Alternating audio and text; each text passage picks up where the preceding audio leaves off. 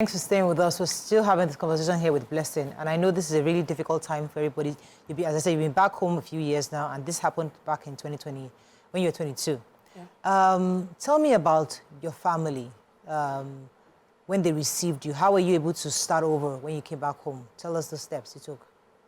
Okay, when I came back, I met my mother very sick. She was even crying when she saw me. I then explained everything to her. She said she's aware because the man chatted my senior brother. So my brother told them everything.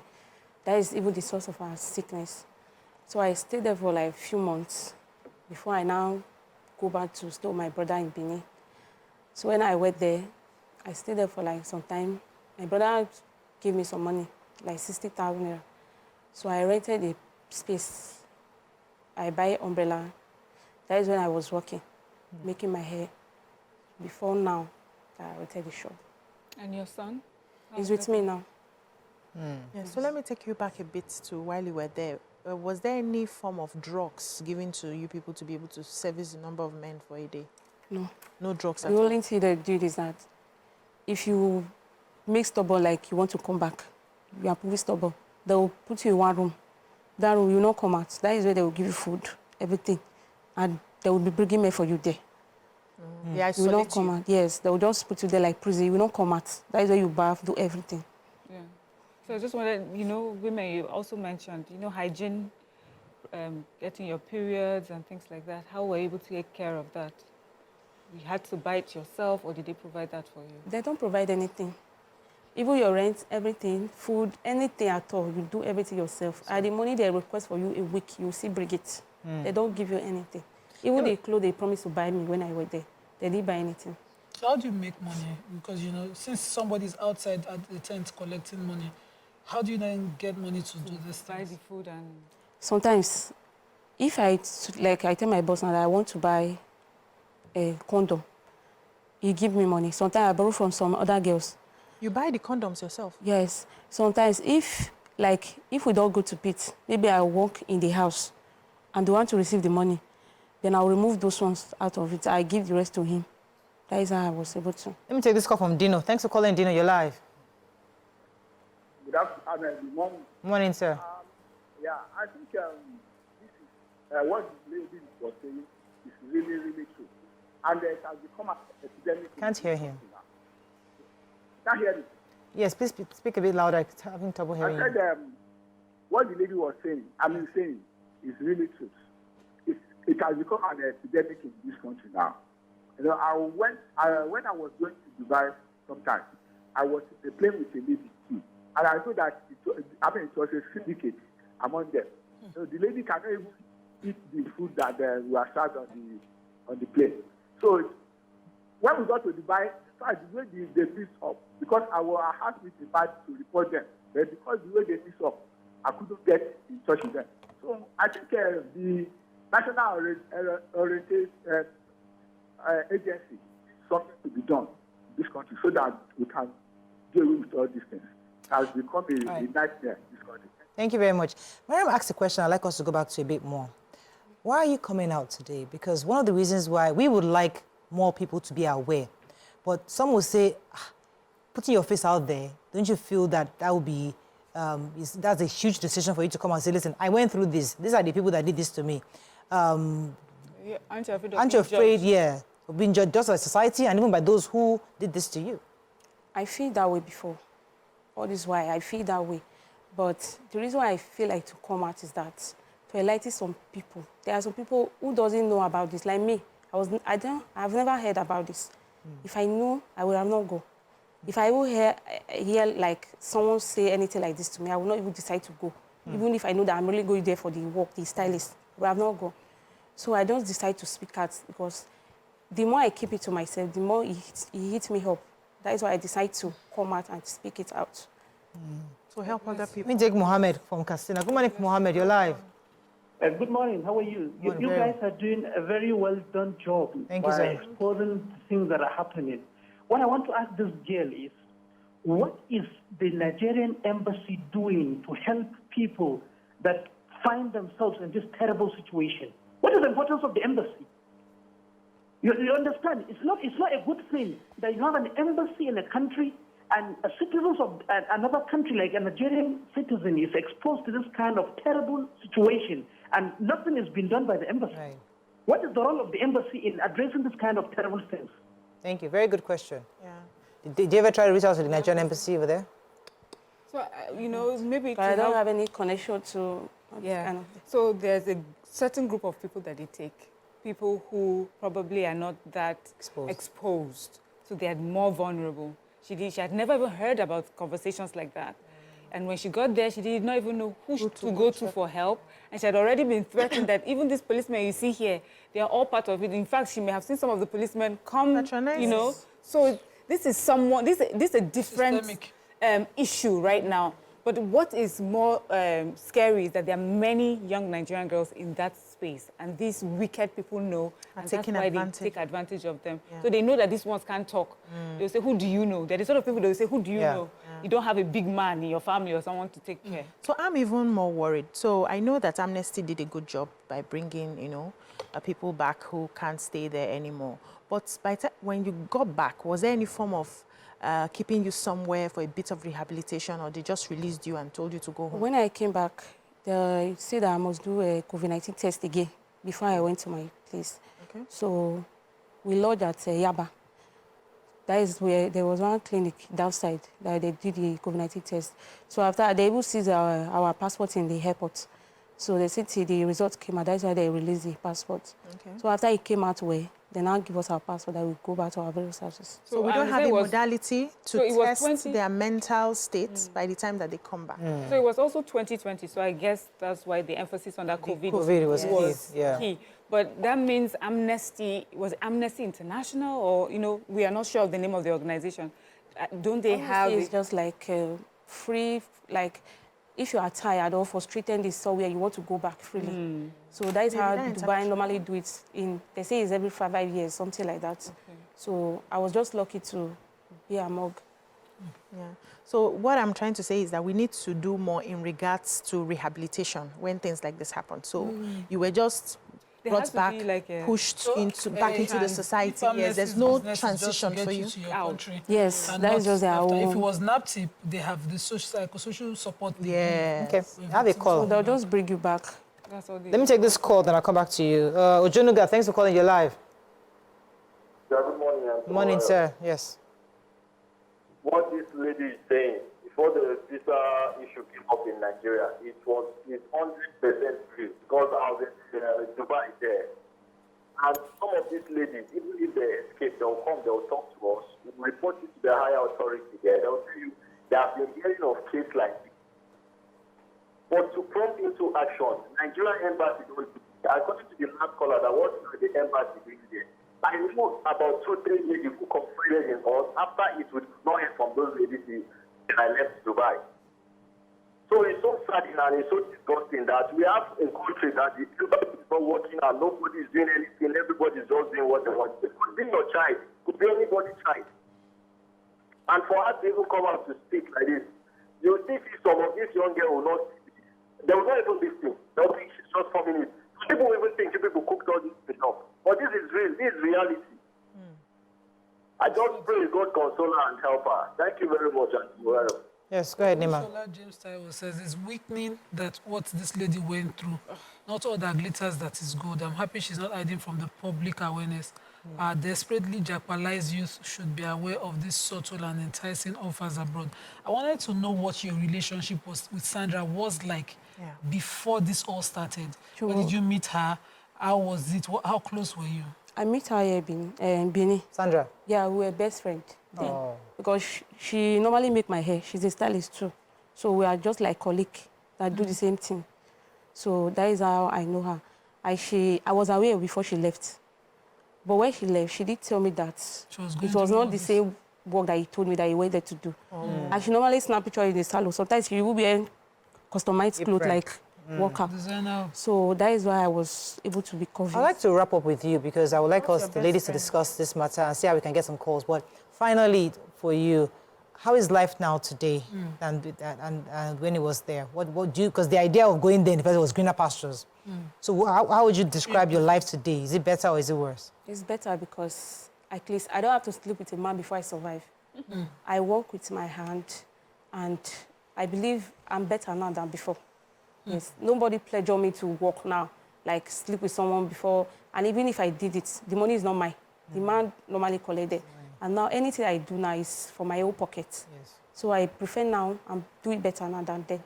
So what advice would you say to any family encouraging a young girl, any younger planning? I would like you to speak to the camera. So the advice I have for them is that they should just focus on what they are doing. They should just focus, because all this travel stuff is just to deceive you. Nothing is real. Once you got there, the person might pet you that he will even be sending you money when you are in Nigeria just to get your attention to get there. But once you get there, everything change. Even if it's your mother, he will not even know you again. Everything change. So let them just be content with what they have. Let them just focus on what they are doing. So that is just the best option.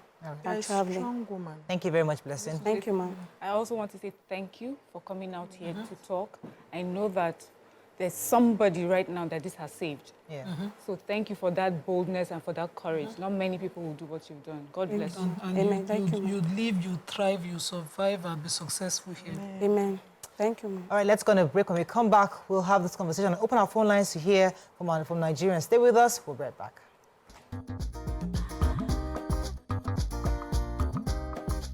Stay tuned. Your View will be right back.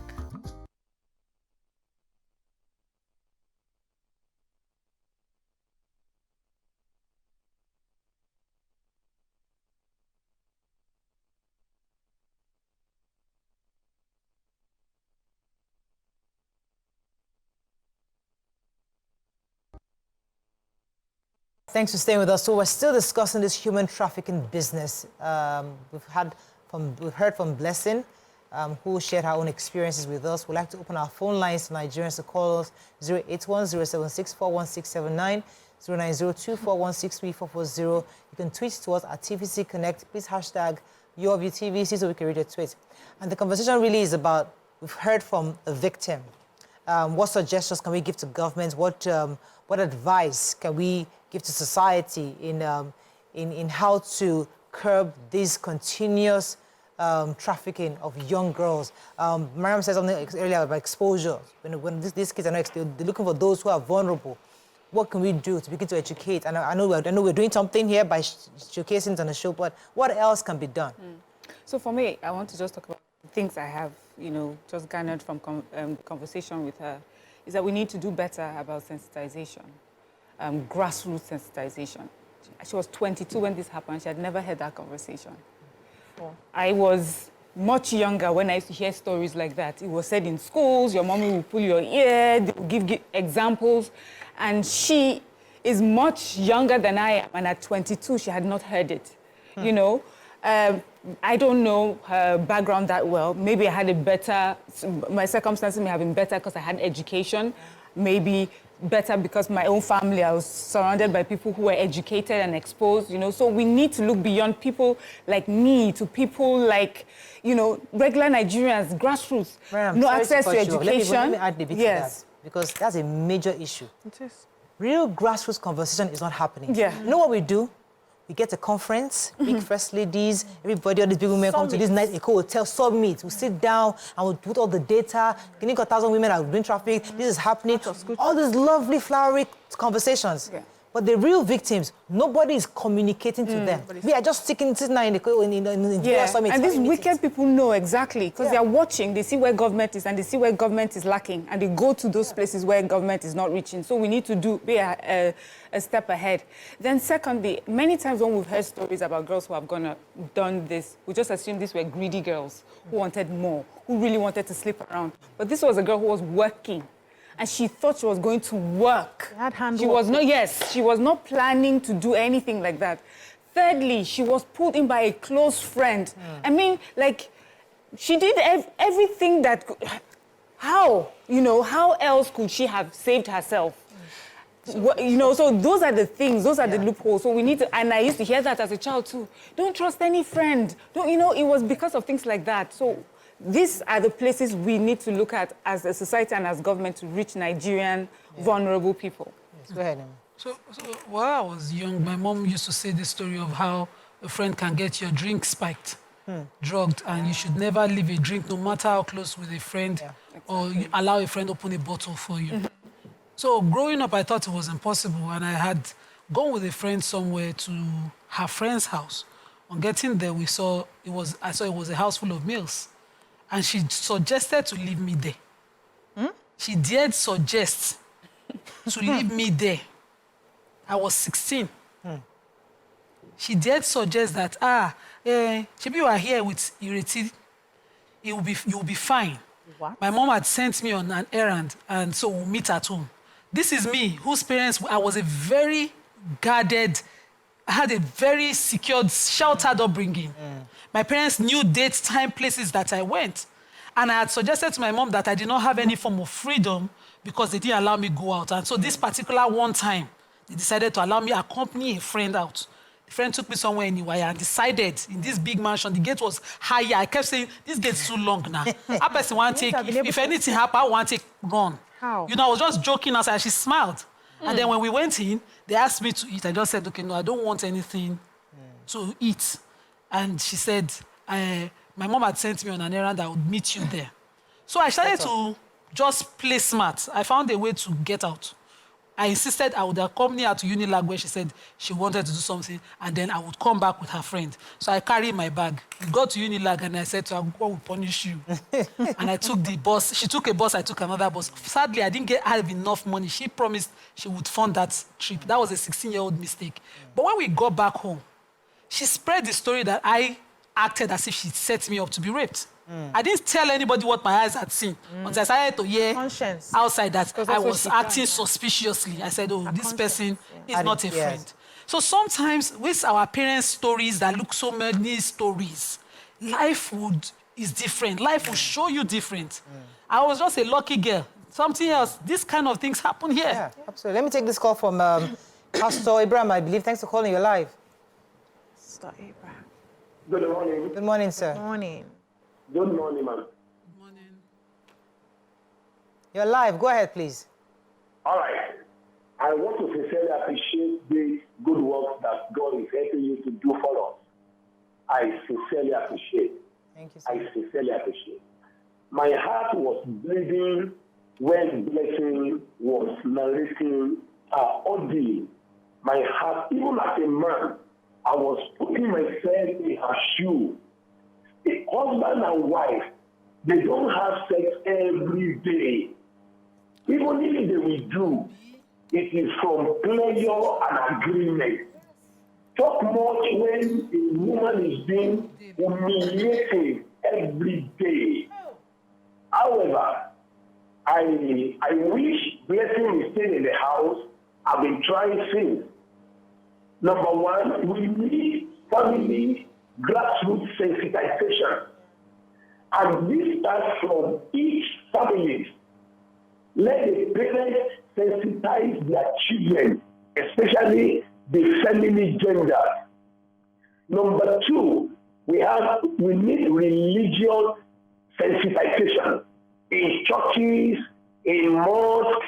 We need it. Unfortunately, I was online the day you handle one pastor lady that was telling our ladies, make all do this, blah, blah, blah, blah, blah, make yourself shy.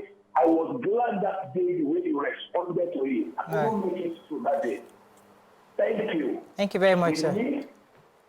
Go ahead, VPC. This just points to the fact that we need to educate our children.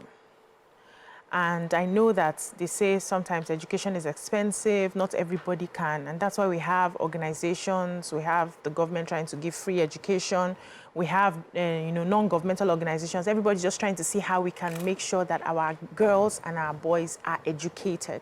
The idea with education is that it broadens your horizon. So you're able to make informed decisions when you're met with choices that you have to do on a day-to-day. Most of the people that I've seen that are victims of this are people who did not have proper education at the end of the day. So they were easily deceived by things that they could have easily verified or had family members verify for them. But because there's no education, and this idea of the fact that it's greener on the other side, we need to educate our people out of it. There are people that are suffering all over the world. You just know where you are and you think it's better on the other side. You'll be shocked by the time you get there. And when you get there, you don't have family. You know, in Nigeria, there's no support. In Nigeria, if anything is happening, you can run to a friend's house. You can call your mommy. You can call your daddy. When you go to an unknown place and there is no support system, you find it difficult to survive more. So we must ensure that our children are educated, at least the basics, which is the primary and the secondary education. Once they have that and they add it with their skills, that's greed of, or not even greed, that's a fact that I have to go out. So we were all ambitious growing up, right? But what we saw was asking ourselves questions we could solve here. There was no desperation to go somewhere else to solve the problem. This poverty too is another major issue, that a lot of young people take it upon themselves to fend for their family instead of the other way around. What we are used to, the normal thing is that the parents will fend for their children, protect them to a certain level where they can stand on their own 2 feet. But poverty reverses it in such a way that even the child is worried. How do I buy drugs for mama? How do I do this? How do I do? And they resort to that desperation. Let me take this call. Ade isn't holding on. Good morning, Ade. Thanks for calling. You're live. Yeah, good morning, Nora. Good morning, sir. It's my first time getting to you. When the lady narrated a story, my heart was cutting. One, I would say from the family, train your child in the way of the Lord. So I think as a Christian, so that they won't be very afraid. Two, who are the friends of your daughter or your children? Do you know them? You just know your children very well. You just study your children very well. Who are their friends? Then the people that took them away from Nigeria, they can be tracked.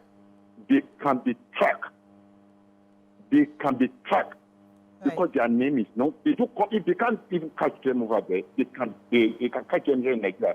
They will surely come back to Nigeria to come and take another field. Thank you very much, Ade. Nima was going to say something. Education doesn't necessarily, inform or prevent anything.